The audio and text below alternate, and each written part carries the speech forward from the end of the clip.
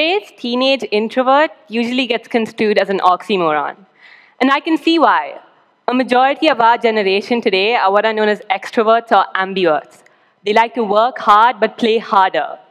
They are constantly engaging in social activity, even when they can't see each other face to face.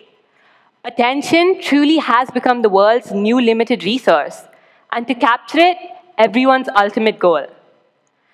An introvert, according to the Oxford English Dictionary, is a person predominantly concerned with their own thoughts and feelings rather than with external things. Now, this is the simplest way to put it. If your idea of an ideal day is spending some time alone reading or watching a movie or even going out with two friends for some coffee, then it's likely you're an introvert. However, if you prefer the bustle of a party, if you feel most in your zone when you are surrounded by the energy of others, then it's likely you're an extrovert, or as the good old dictionary says, a person predominantly concerned with external things or objective considerations. Now, from a psychological perspective, introverts are basically those people who are at their optimum creative capacity when they are alone and allowed to think. Extroverts, on the other hand, prefer doing things rather than thinking about them. Their brains crave large amounts of stimulation, and it is this stimulation they derive their energy from. In the case of introverts, energy comes from a place where there is little to no stimulation for the brain to manage. Roughly 1 in every 3 people we meet is an introvert. Famous introverts include Albert Einstein, Charles Darwin, Rosa Parks, J.K. Rowling, YouTube blogger Charlie McDonnell, Larry Page, Meryl Streep. The list is endless. You'll find a lot of misconceptions about the extrovert bias. As you can see from the wonderful people behind me, it isn't hard to get noticed if you're brilliant and an introvert. The problem lies within the fact that not all of us are going to find relativity or make YouTube videos that go viral within days. And that's where the extrovert bias really comes in. Because in ordinary situations and in ordinary circumstances, we have what author Susan Cain calls the extrovert ideal. This absurd idea that the ideal person and the ideal leader has to be bold and charismatic and, most importantly, incredibly social. Networking, you'll have people tell you, is the single most important skill one must possess to be successful in the 21st century. And how right they are. Why is it that we prefer watching reality TV shows over documentaries? Worship people who make millions doing nothing and don't even know the names of people who make a real difference. I believe it's because we give those people that power. We give those shows that power. And it all really comes down to the extrovert ideal. Because how many of us would watch shows like Jersey Shore or Keeping Up with the Kardashians if instead of intense partying and drinking, it had people who discussed complex quantum physics or philosophy? The truth is we've somehow managed to put socializing and loud music on a pedestal while putting deep thought on the back burner.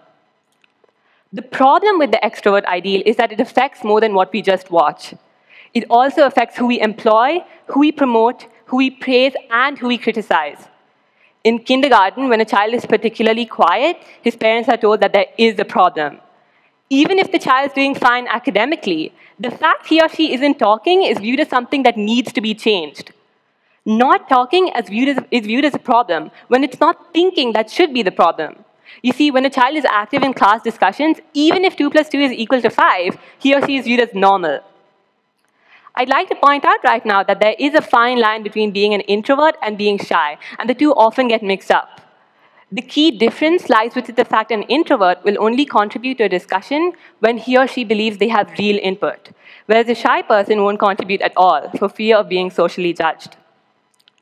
So if we're teaching people right from the age they can learn to walk, to associate quiet with the negative, outgoing with the positive, then we're going to have a real problem, as there is right now, in our hands.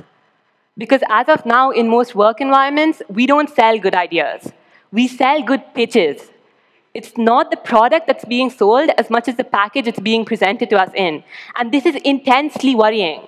Because the best speaker doesn't always have to have the best idea. And so what we're doing is attuning our minds to stop judging ideas, but rather judge the way they are being projected onto us. At school, we are taught that to stand out, we must be open and gregarious.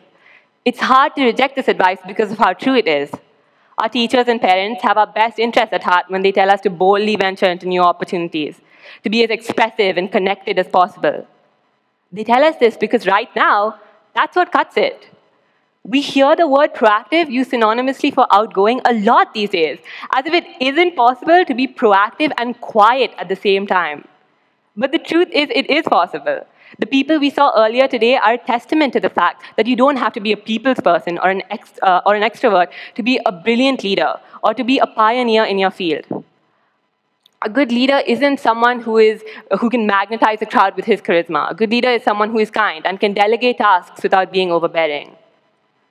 Imagine a world free from the extrovert bias, where the best sellers at the self-help section at Borders didn't have titles like how to win friends and influence people or never eat alone.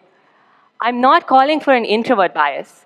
I'm calling for a balance, a finer appreciation of the symbiotic relationship that is required from the extrovert and the introvert. To illustrate this, I'd like everyone in the room to picture your favorite work of art. Now imagine someone divides it into two halves.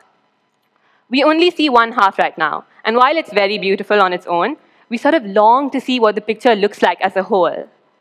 And when we finally do, the beauty is astounding. This is the Starry Night we all know and love. Seeing the picture together is what makes it complete, and the effect is dazzling. What if we lived in a world free from the extrovert bias? Thank you.